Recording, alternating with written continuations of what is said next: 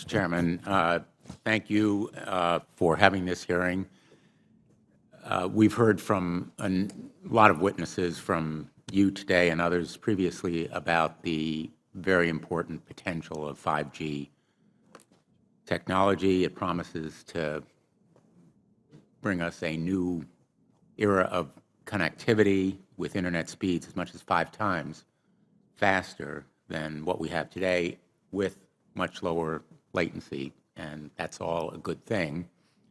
But 5G, as you well know, also uses higher frequency waves that don't travel as far and will rely on a network of hundreds of thousands, potentially millions of small cell sites. And the question then is, are there any health implications, any public safety implications to those additional sites that are likely to be located close to homes, schools, workplaces, and closer to the ground? Correct? Correct, Senator. Yes. So in December of 2018, I sent a letter to FCC Commissioner Carr asking him to cite for me recent scientific studies demonstrating the safety of this technology. What research has been done, where has it been published and compiled? He has essentially failed to do so, and just echoed the general statements of the FDA, which shares regulatory responsibility for cell phones with the FCC. If you go to the FDA website, pretty unsatisfactory. There basically is a cursory and superficial citation to existing scientific data saying, quote, "The FDA has urged the cell phone industry to take a number of steps, including support additional research on possible biological effects of radio frequency fields for the type of signal emitted by cell phones." I believe that Americans deserve to know what the health effects are, not to prejudge what scientific studies may show, and they deserve also a commitment to do the research on outstanding questions. So my question for you, particularly Mr. Gillen and Mr. Perry, how much money has the industry committed to supporting additional independent research? I stress independent research.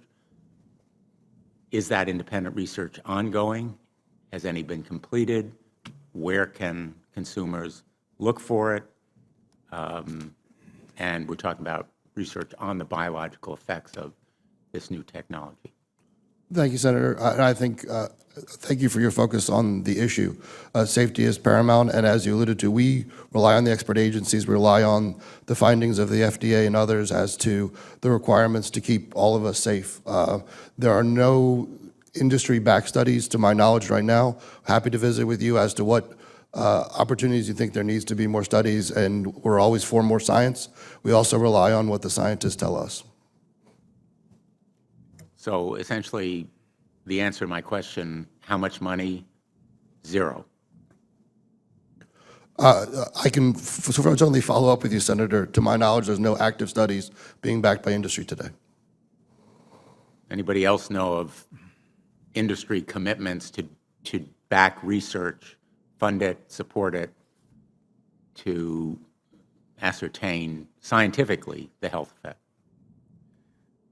Senator, I'm not aware either, but I do know that with small cells especially, you're going to have lower power levels. And of course, as from a carrier perspective, you want to be able to manage interference so that that interference is the lowest interference possible. So I would think that some of those studies or some of that information could be utilized in looking at the health consequences. But no, I'm not aware of any. So there really is no research ongoing. We're kind of flying blind here, so far as health and safety is concerned.